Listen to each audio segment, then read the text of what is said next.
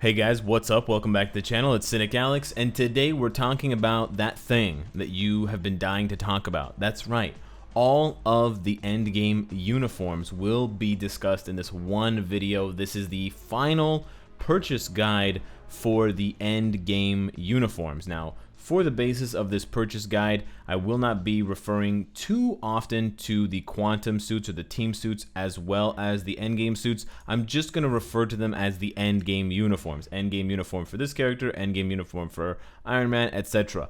I will discuss briefly where it's appropriate to purchase, in my opinion, both of the uniforms, considering the discounts. But otherwise, you should just purchase the one that you either like more aesthetically or just purchase the endgame one. It just doesn't matter to me because they're exactly the same. They don't have any differences whatsoever. So it's really just about the looks. There's a small bonus for the team suit, but it's really negligible. So to start off the list, I want to discuss the main driving force, I think, behind uniforms in Marvel Future Fight, which is how much better they make the character. Now, that's not the only way that I'm going to be looking at these uniforms, but that is a major factor because even if a uniform doesn't make a character meta, if it makes the character not only fun to play but actually useful to play, then a lot of people will purchase that uniform. And there's tons of examples of those types of uniforms in Marvel Future Fight, and even for existing uniforms that used to be meta that are no longer meta, they're still highly recommended because they're for fan favorite characters, or they're uniforms that, you know, just make the character fun to play. Like Ronin, for example.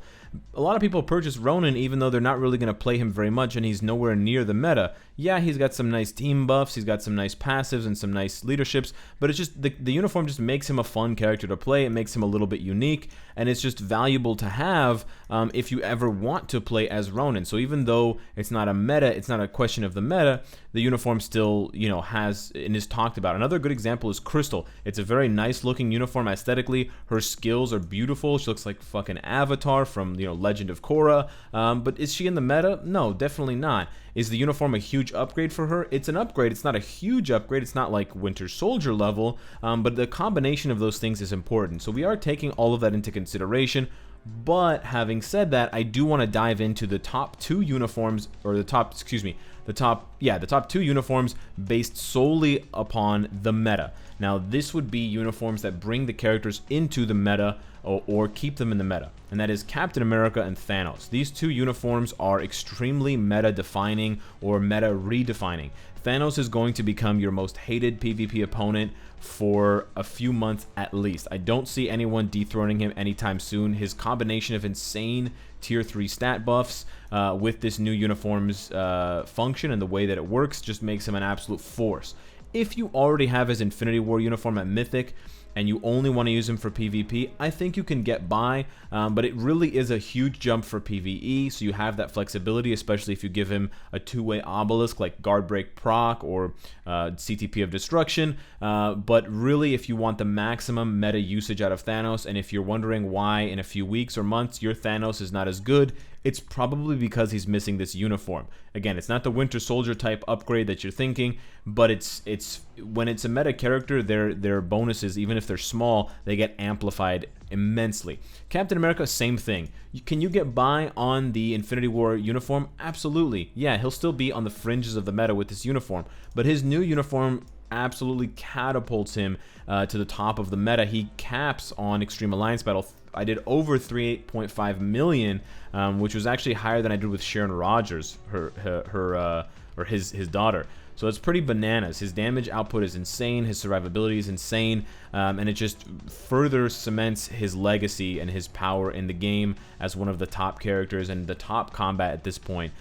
So it's a bit of a revival for the physical attackers, but I think these two uniforms are 100% must-buys if you are looking to stay in the meta and stay relevant with your roster. The third one is not meta-defining, but it is a character that comes into the meta, so to speak, at least from a PvE perspective, and that is Ronin.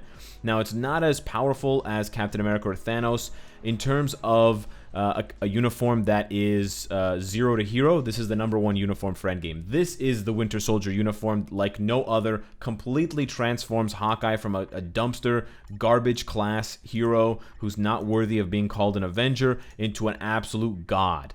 So this is absolutely that uniform. This is a free-to-play player's wet dream, and if you are looking to make Hawkeye into a monster, and if you want to get on this hype train, you absolutely must buy this one. Those three uniforms, I would say, and I wanted to make a bit of a distinction between Ronin and Captain America and Thanos, because Cap and Thanos are doing everything. They're doing World Boss, Shadowland, ABX, PvP. Ronin's only really doing Shadowland and World Boss Ultimate. He's not going to do ABX, and I haven't seen a single Ronin in PvP. But he is still extremely powerful, and it's an extremely powerful buff. Those three, I think, are the only ones that I can say right now with confidence. Those are must-buys for almost any player. If you're not interested in the meta, if you're not interested in playing with Hawkeye, you could technically avoid all three of these uniforms, but they are in stark contrast to the remaining 6 or 7 uniforms that I'm going to be talking about. I'm still going to rank them, and I would probably rank these three, you know, Ronin, Captain America, Thanos. Thanos does lose a few points because of the fact that his uniform is more expensive, and it does lose points because I think a lot of people that are going to be praising this uniform already have Thanos at tier 3, so there's a lot of overlap between what they think is the uniform and what's actually the tier 3 buff. I didn't have a lot of time. I didn't spend weeks playing with him at tier 2 with this uniform, but it was still a sizable bump over his Infinity War uniform when I tried them both at tier 2, but the uniform cost and then the tier 3 cost does lose him a few points to Cap and Ronin. Beyond those, for the other ones, it's a bit more of, you know, positive and negative. There's basically nothing negative to say about Thanos, Captain America, and Ronin. That's why they're must-buys. The rest of these all have some flaw, some weakness. But we'll start it off with number 4, which would be Hulk. Now, I'm still hoping that Hulk gets some kind of buff for Endgame Part 2 because his uniform just doesn't take him in any particular direction. He kind of just... He goes halfway up one street, and then he doubles back and goes halfway up another street. There's not enough PvE potential here, and there's not enough PvP potential here. He feels unfulfilled with a CTP of Rage, and I'm probably going to take this off eventually and try him in PvP with a CTP of Regen. But I haven't heard anything from anyone who has used Hulk in PvP, and I'm sure there are people out there using Hulk in PvP, so I'm just not really sure what is... Oh. Okay, never mind. I'm not really sure what to do with Hulk. I think if you're a fan of Hulk, you should purchase this uniform. But I think that if you're not a fan of Hulk and you're worried about the meta and you're concerned with the meta, that this is probably a uniform that you can pass on for now because he doesn't do anything better. I mean, he's going to be overshadowed by Captain America for sure. And then he's not going to be better than or even close to as good as Wolverine in PvP anyways. But the uniform is still very good. It's got, you know, multiple iframes, it's got the immunity, it's got larger AoE, and aesthetically, although some people don't like the look of the uniform, in terms of the skills, it's a very good uniform. It's a uniform that combines, you know, new effects that we've never seen before, floating the enemies up in the air with multiple skills, grabbing an enemy. So there's really cool effects that they really hadn't done yet with a character, and so Hulk does, you know, he has a lot of work on this uniform. It just doesn't look like that visually. Visually, it's a little bit boring. There's a lot of greens and blacks and kind of, you know, drab colors. Moving along to Ant-Man. Ant-Man is the one I would put at number 5. It's a little bit harder for me to judge the absolute value of this uniform because I always had Ant-Man at tier 3, but I do, and I have heard that this uniform is pretty great for fans of Ant-Man. Again, I don't think this is a must-buy unless you are a super fan of Ant-Man, but it does do a lot for his damage, and it does make him useful in PvE. I did a stage 50 Proxima with one support using a CTP of Destruction. I swapped out his CTP of Patience, but he's functional, and he does have some small value in PvP as well because of that crazy guaranteed dodge passive, so he's never really useless. He just never hit hard enough to be, you know, worth talking about because damage is king. But now with Pim Discs, he definitely does do enough damage to warrant a second look. I will mention both uniforms here because he does have a discount for the time being. I will actually end up purchasing this one because it's on sale. I'll actually just purchase it right now because it's going to be, this is the cheapest it will ever be. In 3 days, it's going to drop, or it's gonna bump up to 630, and it'll never be down there. So I might as well get that extra 5%. It's not really worth that much, but it's only 450 crystals. Backpedaling just a second, I think one of the only other team suits that you should purchase is for Captain America, simply because that 5% bonus particularly for combat types, is actually quite worthwhile. I think if Hulk had his tier 3, I would also recommend getting this because Hulk has damage reduction, so that all defense does actually factor in. For Cap, it's just because he has such monstrous stat boosts, and because with the #1 stat boost in the game, 5% attack and 5% defense is actually a decent amount, and that guard hit, particularly for Cap in PvP, will come in handy a bit more than some of these other characters. Like, you know, Ant-Man's never going to use the guard hit on the team suit because he's always dodging or an iframe, so it doesn't really matter. But a Cap, on the other hand, he's going to take those hits to the chin, so you are going to need to, you know, put that to use once in a while. If Hulk was better, I would also recommend the team suit for him, but otherwise I can't. Coming in at number 6, I would say probably Nebula. Now again, Nebula is not a must-buy unless you're a fan. If you're a fan, this is definitely the closest she's going to get to the meta with this uniform. It still needs buffs. It's still not quite Winter Soldier, but it's kind of like War Machine a little bit. It's a little bit worse than War Machine's treatment when he jumped from whatever he was at to Infinity War. The uniform doesn't do it all for Nebula, but it gives her survivability, it gives her damage, it gives her debuffs. And it does, you know, give her a little bit more play. If they had some sort of co-op mode where we could actually play with other people in real time, I think her lightning resistance debuff would have even more value because your friends could bring in Thor and other lightning damage dealers, you know, if Storm ever gets a uniform.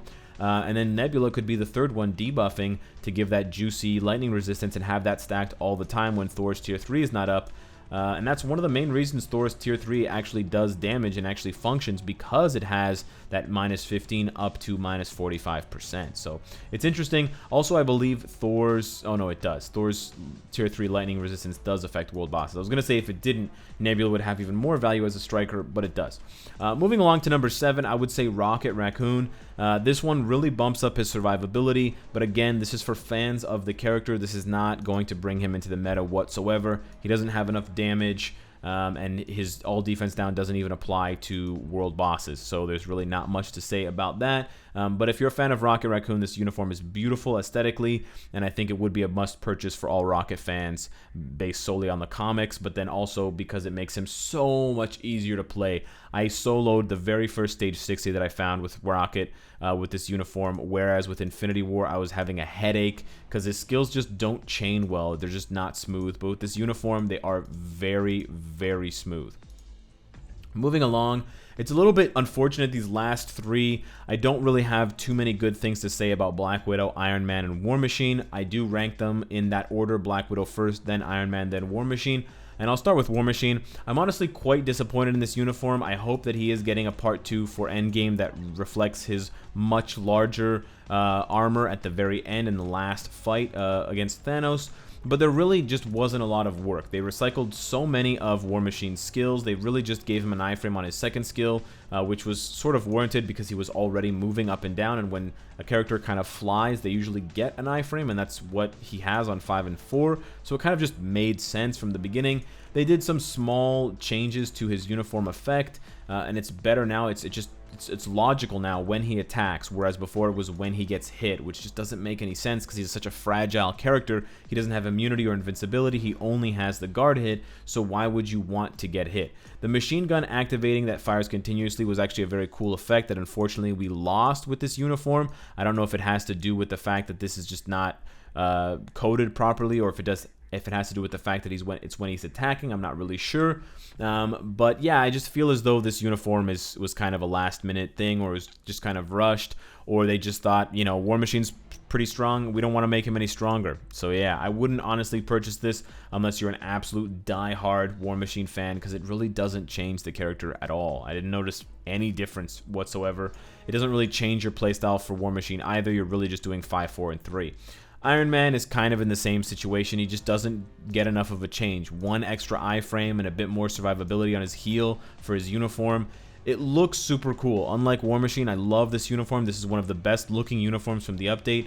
And yes, his tier 3 skill does get a massive change, but really, that's a steep price to pay. For those of you that don't have Iron Man tier 3, this is a miss. I would miss this uniform until they fix it for Endgame. If you have him tier 3, you probably feel as though you have to get this uniform because you've invested so much in him, and I don't blame you.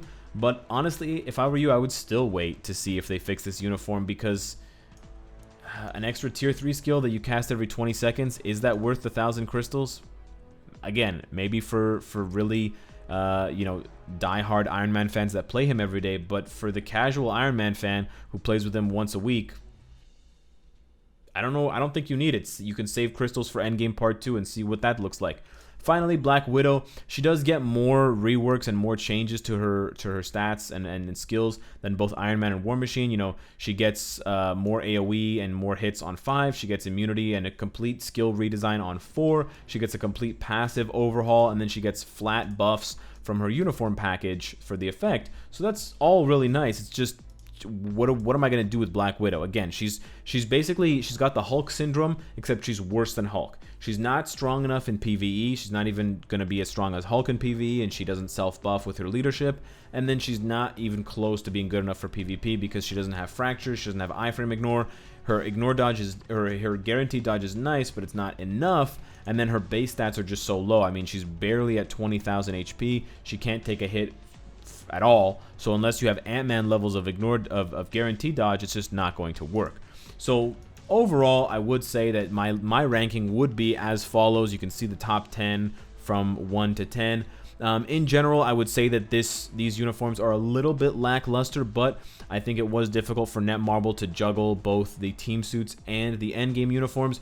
I really do hope to see sneak peeks coming quite soon for Captain Marvel and Thor to look at their new uniforms for Endgame Part 2. Hopefully we're getting other uniforms for Endgame Part 2. Hopefully we're getting new characters, and hopefully characters like Iron Man, War Machine, Black Widow, and Nebula and Rocket, those 5 there at the bottom, they get reworks for their uniforms.